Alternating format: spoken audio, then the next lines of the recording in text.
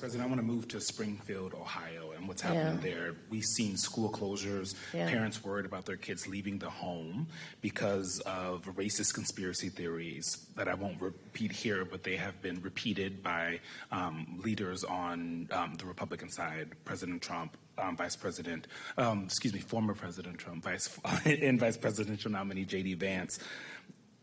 From your perspective, is this just a case of irredeemable racism that can't be mitigated by any rational action, or is this a situation in which a federal response could help this community heal? There's a question of resources and... Well, no, I'll let you finish and then I'll speak. No. It's a crying shame. I mean, my heart breaks for this community. You know, there were children, elementary school children, who it was school photo day. You remember what that's like? Going to school on picture day? Who were dressed up in their best, got all ready, knew what they were going to wear the night before, and had to be evacuated. Children.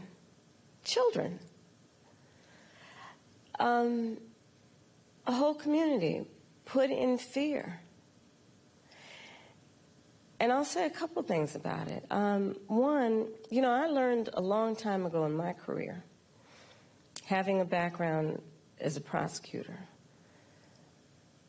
when you have these positions, when you have that kind of microphone in front of you, you really ought to understand at a very deep level how much your words have meaning.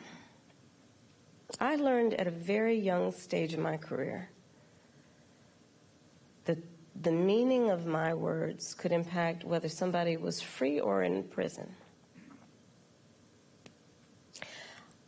As Attorney General, I was of California, fifth largest economy in the world. I was acutely aware that my words could move markets. When you are bestowed with a microphone that is that big, there is a profound responsibility that comes with that.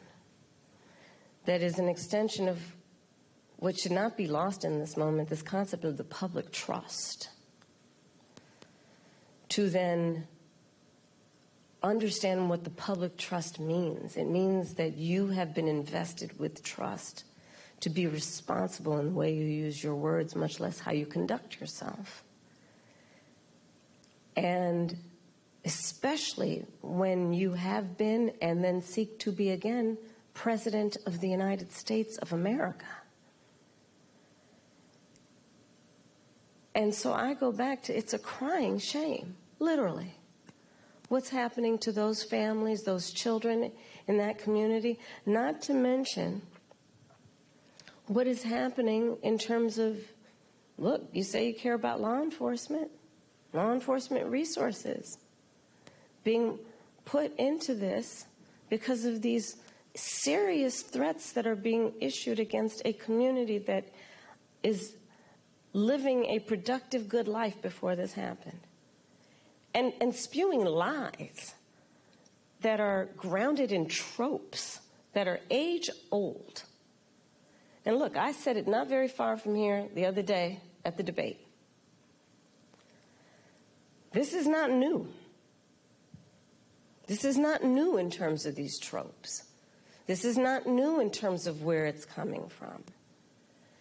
And, you know, whether it is refusing to rent to people, rent to black families, whether it is taking out a full-page ad in the New York Times against 5 innocent black and Latino teenagers, the Central Park 5, calling for their execution, whether it is referring to the first black president of the United States with a lie, birther lies.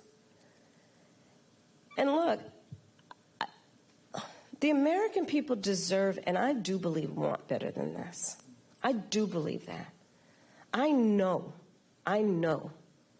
the vast majority of us as Americans know we have so much more in common than what separates us. I know that. I know that regardless of someone's background, their race, their gender, their geographic location, I know that people are deeply troubled by what is happening to that community in Springfield, Ohio. And it's got to stop.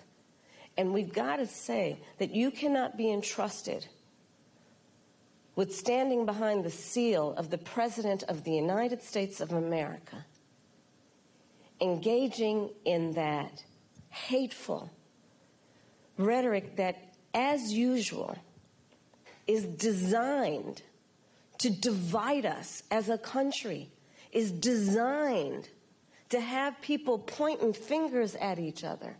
It's designed to do that. And I think most people in our country, regardless of their race, are starting to see through this nonsense and to say, you know what, let's turn the page on this. This is exhausting, and it's harmful, and it's hateful, and grounded in some age-old stuff that we should not have the tolerance for. So let's turn the page and chart a new way forward and say, you can't have that microphone again.